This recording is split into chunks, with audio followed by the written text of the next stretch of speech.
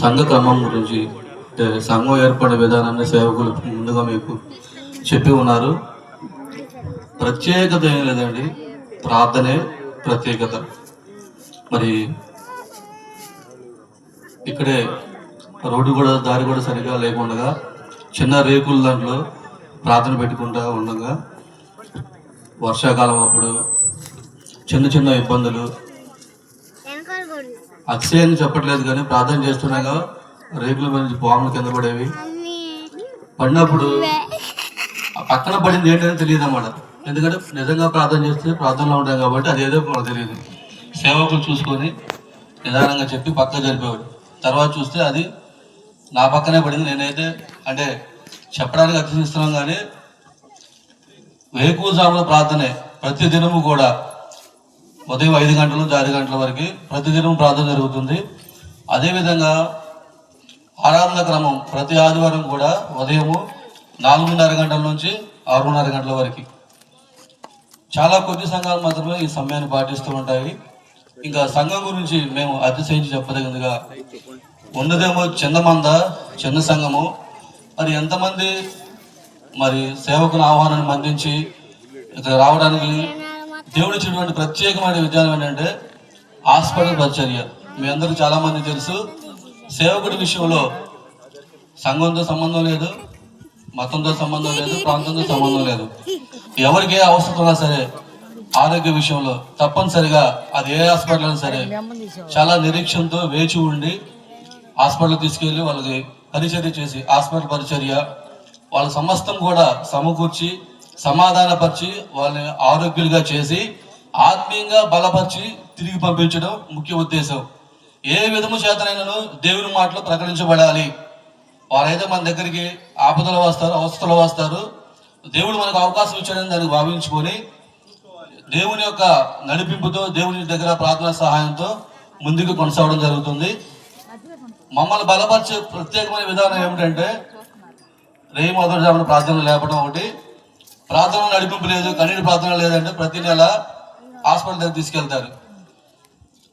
హృదయాలు గట్టిగా ఉన్నా, ఆలోచన ఎలా ఉన్నా సరే హాస్పిటల్లో ప్రత్యేకంగా కుష్టి వ్యాధి ఉన్నటువంటి వాళ్ళ దగ్గరికి వెళ్ళినా, యాక్సిడెంట్ అయ్యి కాళ్ళు పోయిన వాళ్ళ దగ్గరికి వెళ్ళినా, గుండె జబ్బులతో ఉన్న వాళ్ళ దగ్గరికి వెళ్ళినా ప్రతి మంచాన్ని దర్శించి వాళ్ళకి 2-3 ఫలాలు అందించి వందనాలమ్మ దేవుడి మిమ్మల్ని కాపాడుతాడు, ఈ 2 మాటలే చెప్పేది.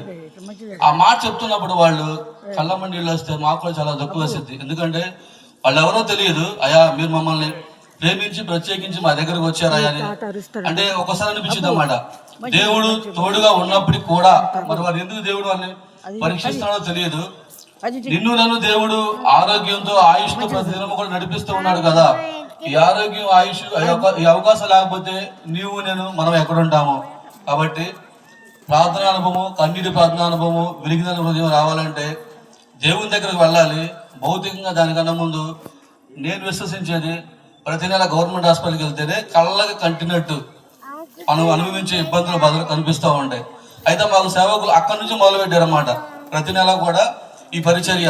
అలానే రోడ్డు పక్కన ఆహారం లేక అలమటిస్తున్న వాళ్ళు, నేనే బండి మీద వేరే వెళ్తున్నప్పుడు వాళ్ళని చూసి అసహించుకోవడం, వల్ల చూసి చూడండి వెళ్ళిపోవడం, తల్లించుకొని పోవడం చేస్తూ ఉంటాం. కానీ పడుకున్న వాళ్ళని లేపి ఆహారం ఇచ్చి అమ్మ తిన్నామని చెప్పి ఆహారం పెట్టి ఒక 2 నిమిషాలు వెయిట్ నుంచి మా దేవుడే రక్షకుడు నన్ను కాపాడుతాడని నిదానంగా వారితో మాట్లాడి వాళ్ళు ఎందుకు అక్కడికి వచ్చారో తెలుసుకొని వారి గురించి 1-2 నిమిషాలు మాట్లాడి తర్వాత దేవుని వాళ్ళకి పరిచయం చేయటం.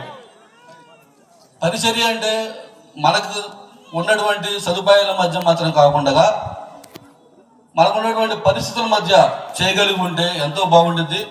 కేవలము హాస్పిటల్ పరిచర్య అలానే ఈ మిగతా విషయాల్లో సేవకులు పాటిస్తున్నటువంటి ఈ క్రమాన్ని బట్టి మాత్రమే మేము బలపడ్డామని నమ్ముతున్నాము.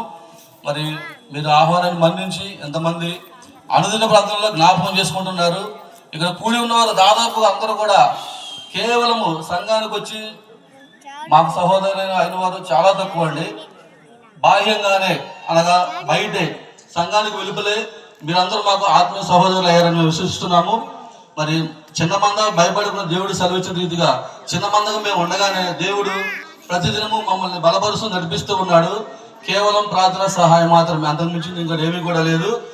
సమస్య ఏదైనా సరే అది ఆరోగ్య సమస్య కావచ్చు, ఆత్మీయ సంబంధం కావచ్చు, బయట ఇంకేదైనా ఇబ్బంది అవ్వచ్చు.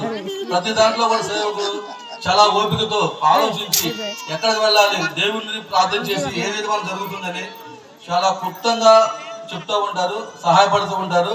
మాకు మాత్రమే కాదు, మా చేసిన ప్రతి ఒక్కరు కూడా మేము అదే రీతిగా ఆలోచనతో, సేవకుల సహకారంతో దేవుడి సహాయాన్ని అందించిన తర్వాత సువార్త పండించడానికి అవకాశాన్ని భావిస్తూ ఉంటాము.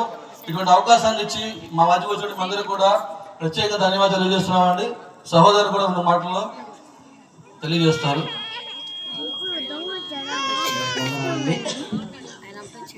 పాస్టర్ విజయ్ కుమార్ గురించి 2 నిమిషాలు మాట్లాడతానండి. పాస్టర్ గారి ఉద్దేశం ఏంటంటే ప్రతి ఒక్కరు కూడా పరలోక రాజ్యం చేరాలి. ఇదే ఆయన ఉద్దేశం, అంతకు మించి వేరే ఉద్దేశం ఏమి లేదు. రోజు ఈ యొక్క మేరీ ప్రేమ నగర్ గురించి, ఆయనకు తెలిసినటువంటి ప్రతి ఒక్కరి కుటుంబం గురించి